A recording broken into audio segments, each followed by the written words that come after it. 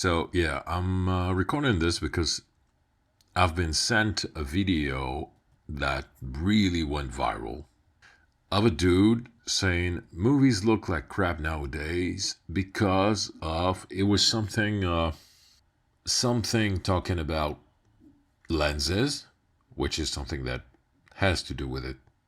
Like, yes, it does. However, it was completely wrong on that. It was framing the subject, framing it was framing the answer as that's the most important element that makes that movies look the way they do, which is totally false. So I figured I'm gonna give my perspective on that to have people have a better idea of why the visual elements of film are changing and possibly why this is contributing to making cinema fall from grace, fall from its position of leading popular art form in the world.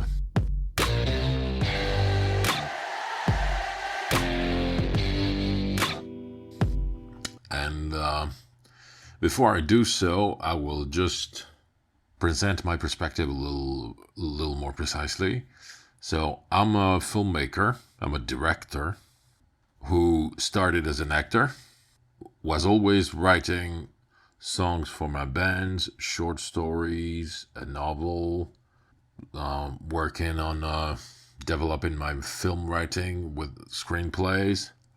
Then I went on to direct some short films, feature films, music videos, behind the scenes videos, corporate gigs, all that. But if nowadays I'm very able to very competently make a whole movie by myself, if we don't take into account hair and makeup, practical and digital effects, and stunt work, I can do everything else competently. However, I'm in terms of filming, proper filming, operating camera. I started as a director who was not operating cameras. I was having a very clear idea of the shots and the moods and that I wanted, the emotions that I wanted my shots and my movies and my scenes and sequences to convey to the viewer and to evoke in the viewer. So I learned basic camera operation. Then always had an eye for composition, even though, of course, I worked on that too. But I'm not someone who knows a great deal on camera lenses. I know that more technical stuff. I know what kind of lens I need to obtain what I clearly want to obtain in a shot. But I've never been someone very oriented towards highly technique stuff. I like to understand the whys and hows, but on a film set, you get cinematographers for that when it comes to images. You got your sound engineers that are here to be very, very well versed in their own area of expertise, and the role of a director is to have a vision that will or will not connect with the viewer, but the director will be working at bringing the viewer along for the ride as much as possible using everything they can.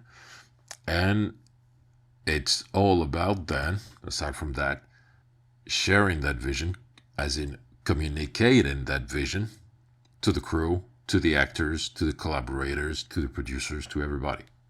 So you got to know what you're doing, how you're doing, and with who to do it, so that the abilities that you don't have, whether they're technical in terms of camera, sound, whatever it is, you surround yourself with the right people that can bring something to the table to help bring in your vision to life.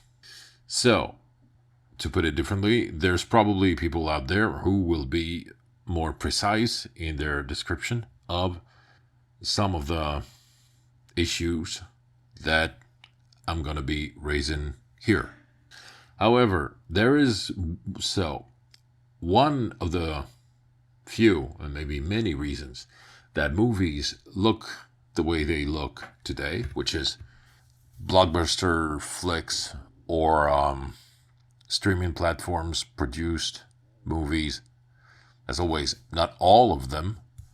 The auteurs will still have their aesthetic, the Finchers and people like that. Even though Netflix pays for the movie, Fincher, Cuarón, their movie is going to look great.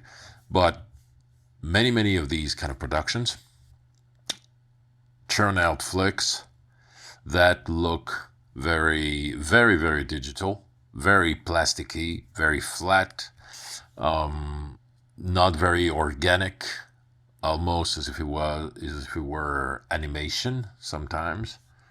And one of the reasons is some trends and habits about the lenses that have been developed as the digital technology got stronger.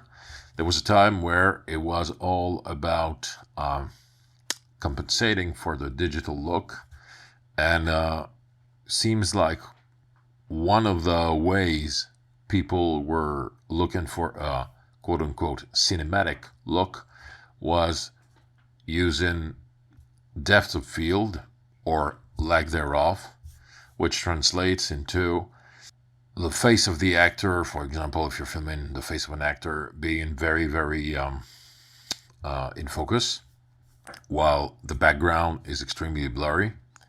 That's an effect in itself that you can do to isolate an actor in their thoughts, a character in their thoughts in a scene, or to even hide a threat in the background when to create tension if the viewer knows there's a threat and not the character, stuff like that. But the overcompensation of that now doesn't resemble movies that were done before and that were celebrated for their look, where you could see way more in the frame. That's one thing. That's a tiny bit of element of answer to why do movies look like crap these days, and that's the thing I saw in that video that I find to be full of stupid things. Because then with that, the guy just finds reasons that are extremely untrue. Because that's an element. There's many more. There's also, it seems to me like there's a habit nowadays to use different types of lenses compared to what we used to use before. Since cameras are much more easy to operate, they're lighter, smaller. We can, and there's a hunt for giving a sense of spectacle again to the viewers to bring them in movie theaters. So we tend to use shorter lenses that film a wider area, and we shoot that closer to the actors. So there's more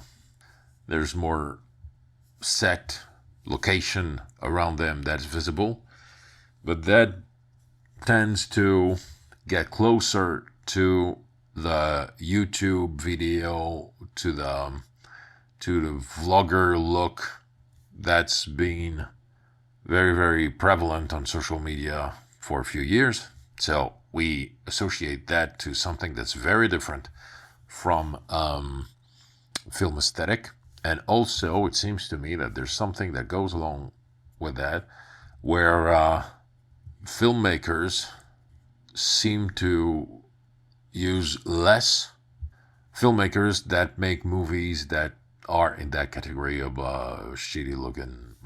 Well, it seems to me like they use less different types of lenses, and it's lenses are a very critical element of filmmaking in terms of emotions they help conveying to the viewer, because one type of lens will produce an effect, will create sensations of a scene that will be very different from other types of lens.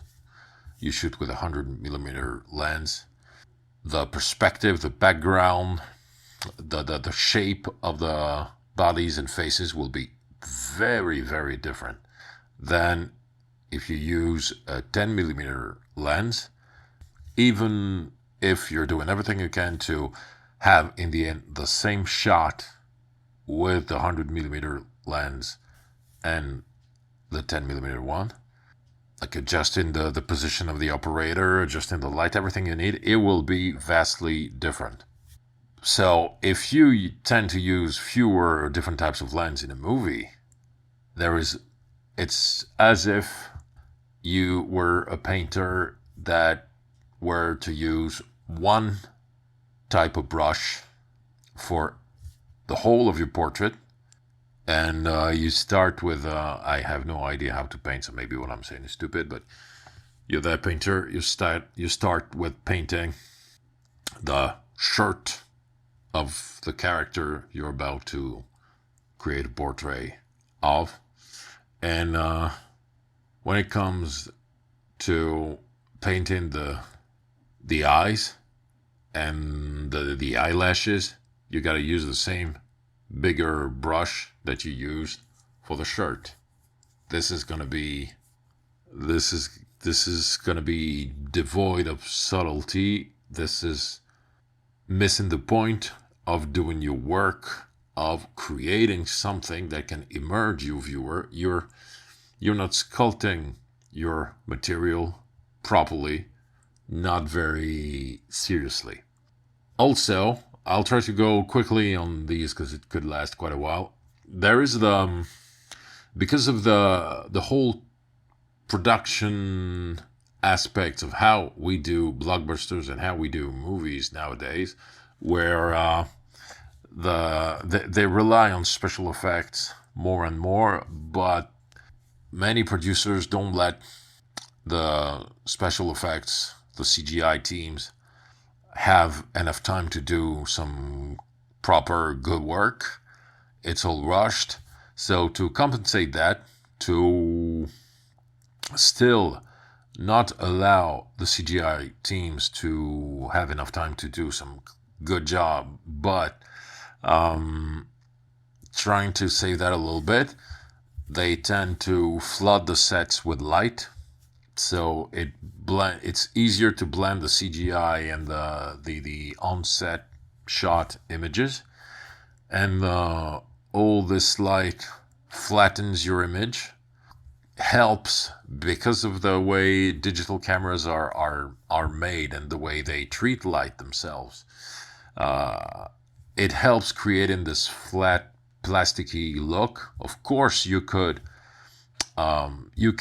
do a lot to go way closer to the film look in post-production when your movie is shot and you're editing it. But of course, in that idea of making the CGI creation process faster, you will not put some more contrast in your image. You will flatten everything out, flood this with light, and there you go. It's in the pipeline, and it's gonna be ready to consume a little faster without you having to spend as much money in CGI work as you would have if there was an effort made with the lighting. That's also one of the reasons where you can find some directors of photography known for great work that have their name on the credits of one of these fast food movies, and it doesn't look like the work at all. Also, there is the the much more frequent use of blue and green screens and of projected locations, projected sets where you put giant screens all around the actors, and on these screens there's images of sets that you shot prior to that, so that you basically can do exterior shots inside. You have way better control on everything, since there's no problem with the problems with the weather, for example, and you can even you have less time to move around your light, the lights and all that. And with the blue screen and green screen work, you can change stuff around your actors, add stuff, subtract stuff, change in the last minute. And that's also something that's very useful when nowadays the blockbuster movies like Marvel flicks, the screenplays are pretty much finished only when the movie's released. Screenplays are getting written all along production or rewritten all along production, even when you're in editing. So that way you can change a scene with 3 characters and put them in the middle of a totally different fake set. And of course, that affects your perception. Your eye knows that something's fishy. And yeah, that's one more of these reasons that helps with movies feeling, yeah, like animation, which to me, since it's an uncanny valley, it's in between some animation like look and some proper live action movie look. It's it it keeps pretty much nothing of the best. It's not a best of both worlds situation. It's pretty much the least interesting of both worlds, because if you do animation, that's there's an aesthetic, there's a point of view, there is lots of work in how the world of the film is presented to you. And if you shoot on location like traditional film shoot, the way many indie movies, like low budget indies, have to shoot movies, by the way, which is one of the reasons why indie movies are beyond important. They've always been, and nowadays there may be even more. They are, they connect with us differently, and there's tons of things that I could say on that subject, and I will, but not in this one. So these are one of the many reasons why movies suck aesthetically nowadays, why they look the way they look. And yeah, it's all about, to whom do we give our money? And yeah, there's also one little thing.